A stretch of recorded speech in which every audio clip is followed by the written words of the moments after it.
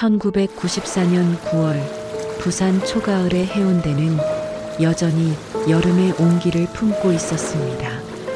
파도 소리가 도심까지 메아리 쳤고 네온 사인이 번쩍이는 거리에는 늦은 밤에도 발걸음이 끊이지 않았습니다. 술잔이 부딪히는 소리, 길거리 포장마차에서 들려오는 웃음소리, 젊음으로 가득 찬 환락의 풍경. 그러나 그 익숙한 일상 속에서 한 여성은 불빛 사이로 사라진 뒤 끝내 돌아오지 못했습니다. 그날 이후 바다의 소음 속에 삼켜진 듯 감쪽같이 사라진 26살의 직장인 김현정 씨. 평범했던 그녀의 삶은 어느 순간 흔적도 없이 끊겨버렸고 남겨진 건 가족의 절망과 풀리지 않는 의문뿐이었습니다. 오늘 심야 열독에서는 1994년 해운대에서 발생한 20대 여성 실종 사건을 따라가 보겠습니다. 구독과 알림 설정을 해주시면 앞으로도 우리가 잊어서는 안 될 미스터리와 미제 사건들을 함께 기록해 나갈 수 있습니다. 사건의 발단이자 사건의 주인공인 김현 씨는 당시 부산 해운대 인근의 한 회사에서 근무하던 평범한 사무직 여성입니다. 활달한 성격 덕분에 직장 동료들과 원만한 관계를 맺었고 퇴근 후 회식 자리에서도 분위기 메이커 역할을 자주 했습니다. 부모와 언니와 함께 부산의 한 아파트에 거주하며 특별한 문제 없이 일상을 이어가던 그녀는 1994년 9월 17일 저녁 직장 동료들과 술자리에 나섰습니다. 그날 오후 6시 무렵 해운대 번화가에 위치한 한 선술집에서 평일을 마무리하는 자리였기에 분위기는 화기애애했습니다. 김현정 씨 역시 웃음을 보이며 술잔을 기울였고 동료들도 그녀가 평소와 다름없이 밝았다고 회상했습니다. 이는 확정된 사실입니다. 마지막 확인된 순간 오후 9시 동료들이 2차를 준비하던 시각 김현정 씨는 자리를 지키지 않았습니다. 그녀는 내일 가족 모임이 있어 먼저 들어가겠다는 말을 남기고 홀로 회식 자리를 떠났습니다. 이는 여러 동료들의 일치된 증언으로 확인된 마지막 행적입니다. 오후 9시 20분경 해운대 해수욕장 인근 버스 정류장에서 김현정과 닮은 여성을 보았다는 목격이 있었습니다. 복수의 증언이 있었지만 그녀가 실제로 버스를 탔는지 아니면 다른 사람과 동행했는지는 확인되지 않았습니다. 이 목격은 추정으로 남습니다. 오후 10시 10분 집에 있던 언니가 전화를 걸었습니다. 평소처럼 귀가 시간을 확인하고 싶었던 단순한 연락이었습니다. 그러나 전화는 끝내 연결되지 않았습니다. 그 후 반복된 시도 역시 모두 실패했습니다. 이 시점부터 가족의 불안은 시작되었지만 당시에는 단순히 늦게까지 동료들과 함께 있다고 여겼습니다. 사라진 밤의 공백 새벽 1시경 함께 술자리에 있었던 한 동료는 해운대 번화가에서 김현정과 닮은 여성을 보았다고 진술했습니다. 하지만 술에 취해 있었던 그는 얼굴을 정확히 식별할 수 없었고 결국 이 목격은 확정되지 못한 채 추정에 머물렀습니다.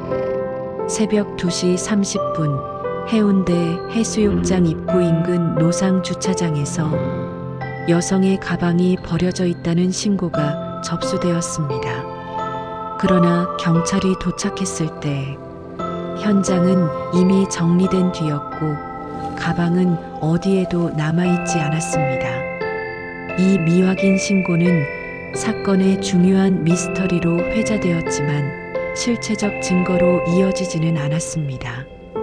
오전 6시 그녀의 가족은 밤새 돌아오지 않은 현정의 행방을 확인하고 경찰에 실종 신고를 접수했습니다. 그녀가 마지막으로 동료들과 함께한 순간으로부터 불과 9시간이 지난 시점이었습니다. 수색과 언론 실종 신고 직후 경찰과 해양경찰은 해운대 일대 수색을 개시했습니다.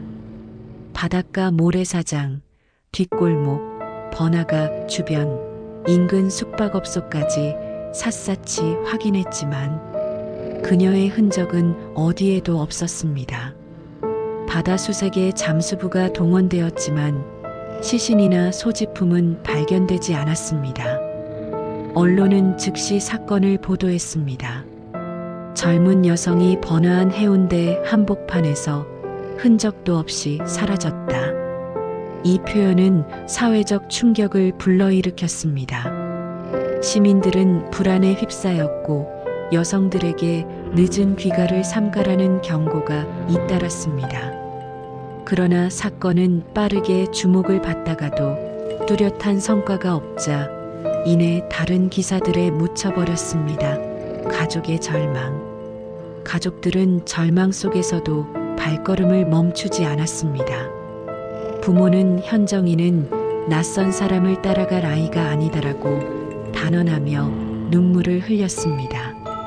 언니는 전날까지만 해도 평소와 다름없이 대화했다며 목소리를 떨었습니다.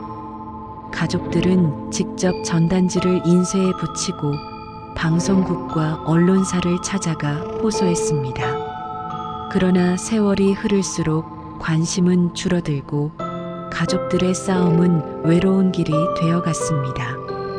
반전 단서와 추정 사건 며칠 후 한 주민은 바닷가 인근에서 여성과 함께 사라진 승용차를 목격했다고 제보했습니다. 그러나 차량 번호는 기억나지 않았고 운전자의 얼굴도 확인되지 않았습니다. 이는 추정으로만 남았고 경찰은 조직적 납치 가능성까지 열어두었습니다. 또 다른 제보에 따르면 사건 당일 새벽 3시 무렵 인근 포장마차에서 젊은 여성 2명이 말다툼을 했다고 합니다. 하지만 이 역시 김현정과 동일인이라는 확정적 증거는 없었습니다. 경찰은 단순 가출 가능성부터 범죄 개입 가능성까지 모든 시나리오를 열어두었지만 명확한 결론은 하나도 내리지 못했습니다. 결국 모든 단서는 추정으로 남고 사건은 미궁 속으로 빠져들었습니다. 세월은 흘렀습니다. 그러나 1994년 해운대 여성 실종 사건은 지금도 풀리지 않은 미제로 남아 있습니다. 가족들은 혹시나 하는 희망으로 그녀의 이름을 부릅니다. 살아있다면 돌아와 달라. 부모의 간절한 목소리는 여전히 사람들의 기억 속에 남아 있습니다. 이 사건은 우리에게 중요한 메시지를 던집니다. 언제나 안전하다고 믿는 일상조차 단 한순간에 뒤집힐 수 있다는 경고. 그리고 사회 전체가 경각심을 잃는다면 또 다른 실종은 언제든 되풀이될 수 있다는 사실입니다. 1994년 해운대의 그 밤, 그녀의 발걸음은 어디로 향했던 것일까요? 남겨진 것은 가족의 눈물과 풀리지 않는 질문뿐입니다. 오늘도 이 사건은 여전히 미제로 남아 있습니다. 정의는 더디게 오더라도 반드시 밝혀져야만 합니다. 그것이 우리가 잊지 않고 기록해야 하는 이유입니다. 끝까지 시청해 주셔서 감사합니다. 더 많은 미스터리와 미제 사건을 함께 탐구하고 싶으시다면 구독과 알림 설정 부탁드립니다. 지금까지 심야 열독이었습니다.